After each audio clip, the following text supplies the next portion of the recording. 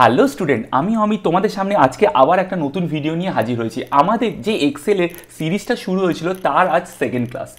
আজ আমরা যেটা শিখবো সেটা হলো একটা এক্সেলে দেখো একটা কলামের মধ্যে অর্থাৎ বি কলামের মধ্যে কিছু নাম লেখা রয়েছে, আর তোমাকে যদি বলা হয় যে এই নামগুলোকে ইউজ করে অর্থাৎ এই নামের এক একটা ফোল্ডার বানাও, তাহলে তুমি কিভাবে বানাবে?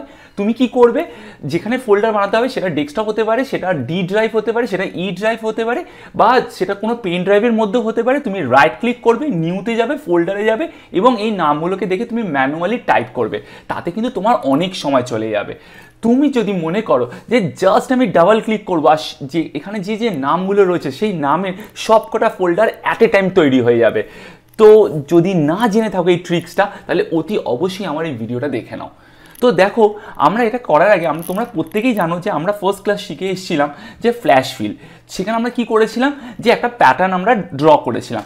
সেম এখানেও আমরা একটা প্যাটার্ন ড্র করছি। দেখো, প্রত্যেকটা নামের আগে আমরা এমডি লিখব, লেখার পরে দেখো যে নামটা রয়েছে সেই নামটাকে আমরা এখানে গিয়ে লিখে দেবো। তো দেখো এমডি উজ্জ্বল বলে লেখা হয়ে গেছে। এবার তলার সেলগুলোকে আমি সিলেক্ট করে নিলাম, করে নিয়ে কিবোর্ড থেকে কন্ট্রোল ই কি প্রেস করব। তো যেই কন্ট্রোল ই কি প্রেস করলাম দেখো সবার নামের আগে দেখো এমডি চলে এসছে। ওকে, বলতে পারলাম? এখান থেকে গিয়ে আমরা কন্ট্রোল সি দিয়ে আমরা কপি করে নেব, করে নিয়ে আমরা নোটপ্যাড ওপেন করব। দেখো নোটপ্যাড ওপেন করার পর আমরা এখানে গিয়ে কন্ট্রোল ভি প্রেস করব। তো দেখো যে আমি এক্সেলে যে টাইপটা করেছিলাম এমডি উজ্জ্বল, এমডি জয়দীপ, সেই নামগুলো দেখো পরপর চলে এসছে। এরপর আমরা ফাইলে যাব, ফাইল থেকে আমরা সেভ অ্যাজে যাব। সেভ অ্যাজে যাওয়ার পর তুমি এই ফোল্ডারটা বা এই ফাইলটাকে তুমি কোথায় সেভ করতে চাইছো? আমি ডেস্কটপে সেভ করতে চাইছি, তো আমি এখান থেকে ডেস্কটপটাকে সিলেক্ট করলাম আর এখানে গিয়ে ফাইলের নাম দিয়ে দিলাম ABC।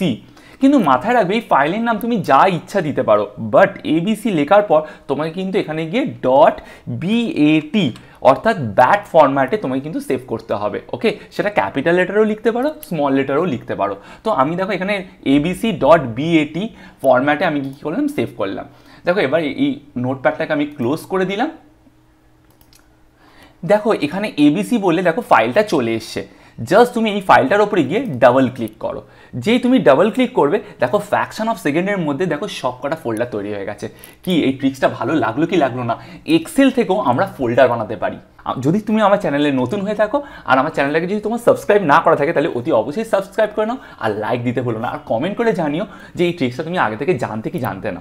Thank you so much.